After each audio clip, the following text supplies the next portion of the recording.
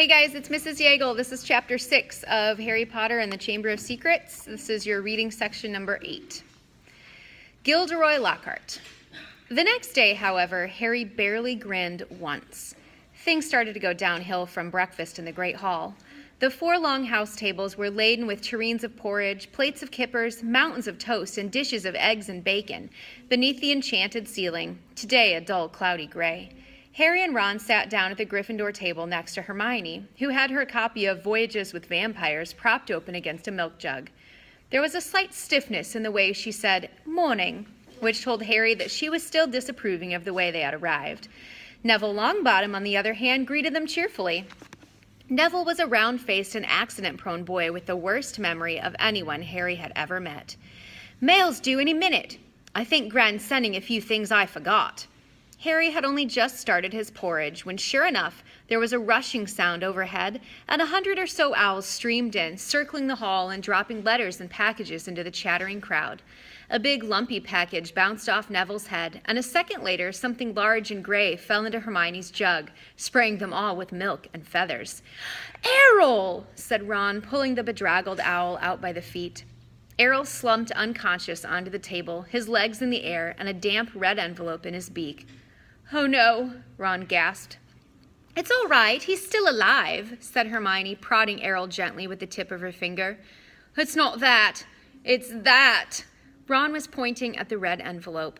It looked quite ordinary to Harry, but Ron and Neville were both looking at it as though they expected it to explode. "What's the matter?" said Harry. She sent me a howler," said Ron faintly. "You'd better open it, Ron," said Neville in a timid whisper. "It'll be worse if you don't. My Gran sent me one once, and I ignored it, and it was horrible." Harry looked from their petrified faces to the red envelope. "What's a howler?" he said, but Ron's whole attention was fixed on the letter, which had begun to smoke at the corners. "Open it," Neville urged. "It'll all be over in a few minutes." Ron stretched out a shaking hand, eased the envelope from Errol's beak, and slid it open. Neville stuffed his fingers in his ears. A split second later, Harry knew why. He thought for a moment it had exploded.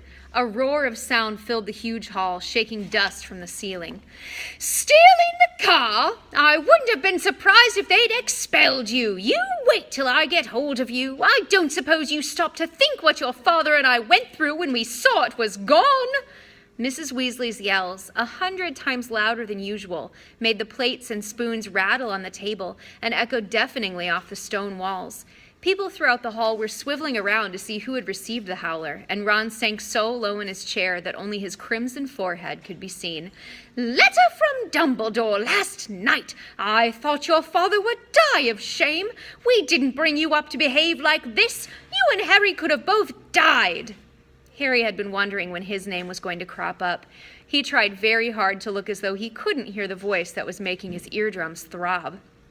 "Absolutely disgusted. Your father's facing an inquiry at work. It's entirely your fault, and if you put another toe out of line, we'll bring you straight back home." A ringing silence fell. The red envelope, which had dropped from Ron's hand, burst into flames and curled into ashes.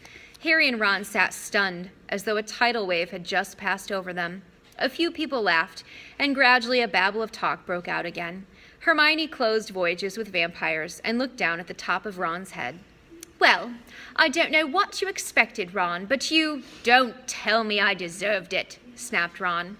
Harry pushed his porridge away. His insides were burning with guilt. Mr. Weasley was facing an inquiry at work. After all Mr. and Mrs. Weasley had done for him over the summer? But he had no time to dwell on this. Professor McGonagall was moving along the Gryffindor table, handing out course schedules. Harry took his and saw that they had double herbology with the Hufflepuffs first. Harry, Ron, and Hermione left the castle together, crossed the vegetable patch, and made for the greenhouses, where the magical plants were kept. At least the howler had done one good thing. Hermione seemed to think they'd now been punished enough and was being perfectly friendly again. As they neared the greenhouses, they saw the rest of the class standing outside, waiting for Professor Sprout.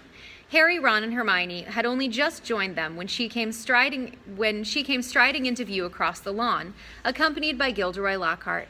Professor Sprout's arms were full of bandages, and with another twinge of guilt, Harry spotted the whomping willow in the distance, several of its branches now in slings. Professor Sprout was a squat little witch who wore a patched hat over her flyaway hair. There was usually a large amount of earth on her clothes, and her fingernails would have made Aunt Petunia faint. Gilderoy Lockhart, however, was immaculate in sweeping robes of turquoise, his golden hair shining under a perfectly positioned turquoise hat with gold trimming. "Oh, hello there," he called, beaming around at the assembled students. "Just been showing Professor Sprout the right way to doctor a whomping willow, but I don't want you running away with the idea that I'm better at herbology than she is. I just happen to have met several of these exotic plants in my travels." "Greenhouse 3 today, chaps," said Professor Sprout, who was looking distinctly disgruntled, not at all her usual cheerful self. There was a murmur of interest. They'd only ever worked in Greenhouse 1 before. Greenhouse 3 housed far more interesting and dangerous plants. Professor Sprout took a large key from her belt and unlocked the door. Harry caught a whiff of damp earth and fertilizer mingling with the heavy perfume of some giant umbrella-sized flowers dangling from the ceiling. He was about to follow Ron and Hermione inside when Lockhart's hand shot out. "Harry, I've been wanting a word. You don't mind if he's a couple of minutes late, do you, Professor Sprout?" Judging by Professor Sprout's scowl, she did mind, but Lockhart said, "That's the ticket," and closed the greenhouse door in her face. "Harry," said Lockhart, his large white teeth gleaming in the sunlight as he shook his head. "Harry, Harry, Harry." Completely nonplussed, Harry said nothing. "When I heard, well, of course it was all my fault.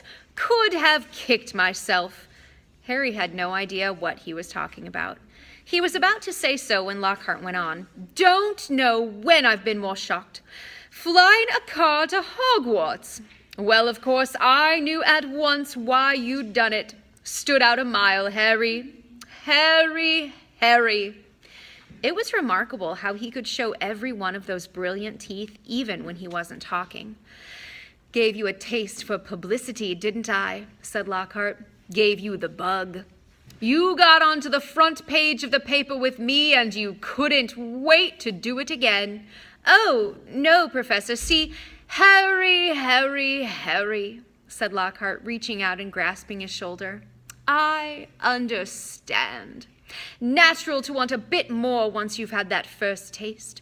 And I blame myself for giving you that, because it was bound to go to your head. But see here, young man, you can't start flying cars to try and get yourself noticed. Just calm down, all right? Plenty of time for all that when you're older. Yes, I know what you're thinking. It's all right for him. He is an internationally famous wizard already. But when I was 12, I was just as much of a nobody as you are now. In fact, I'd say I was even more of a nobody. I mean, a few people have heard of you, haven't they? All that business with he who must not be named." He glanced at the lightning scar on Harry's forehead. I know. It's not quite as good as winning Witch Weekly's Most Charming Smile Award 5 times in a row, as I have.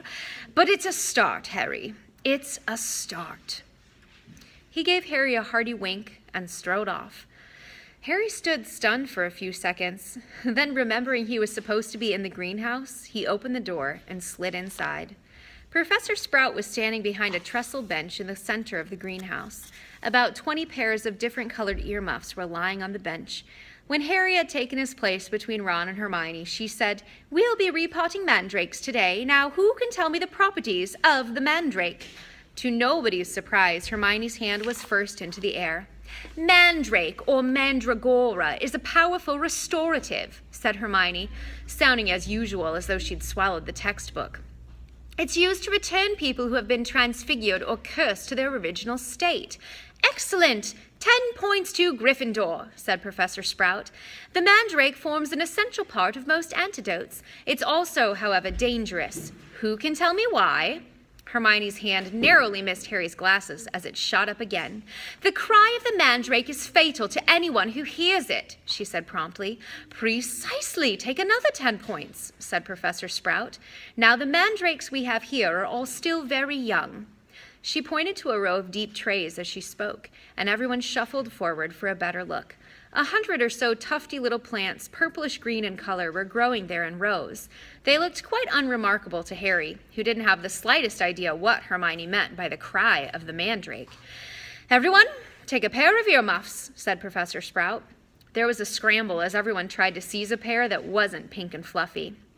"When I tell you to put them on, make sure your ears are completely covered," said Professor Sprout. "When it is safe to remove them, I will give you the thumbs up. Right? Earmuffs on." Harry snapped the earmuffs over his ears. They shut out sound completely. Professor Sprout put the pink fluffy pair over her own ears, rolled up the sleeves of her robes, grasped one of the tuffy plants firmly, and pulled hard. Harry let out a gasp of surprise that no one could hear. Instead of roots, a small, muddy, and extremely ugly baby popped out of the earth. The leaves were growing right out of its head. He had pale green, mottled skin and was clearly bawling at the top of his lungs. Professor Sprout took a large plant pot from under the table and plunged the mandrake into it, burying him in dark, damp compost until only the tufted leaves were visible. Professor Sprout dusted off her hands, gave them all the thumbs up, and removed her own earmuffs. "As our mandrakes are only seedlings, their cries won't kill yet," she said calmly, as though she'd just done nothing more exciting than water a begonia. "However, they will knock you out for several hours, and as I'm sure none of you want to miss your first day back, make sure your earmuffs are securely in place while you work. I will attract your attention when it is time to pack up. 4 to a tray. There's a large supply of pots here. Compost in the sacks over there. And be careful of the venomous tentacula. It's teething." She gave a sharp slap to a spiky, dark red plant as she spoke, making it draw on the long feelers that had been inching sneakily over her shoulder. Harry, Ron, and Hermione were joined at their tray by a curly-haired Hufflepuff boy Harry knew by sight but had never spoken to. "Justin Finch-Fletchley," he said brightly, shaking Harry by the hand. "Know who you are, of course, the famous Harry Potter. And you're Hermione Granger, always topping everything." Hermione beamed as she had her hand shaken too. "And Ron Weasley. Wasn't that your flying car?"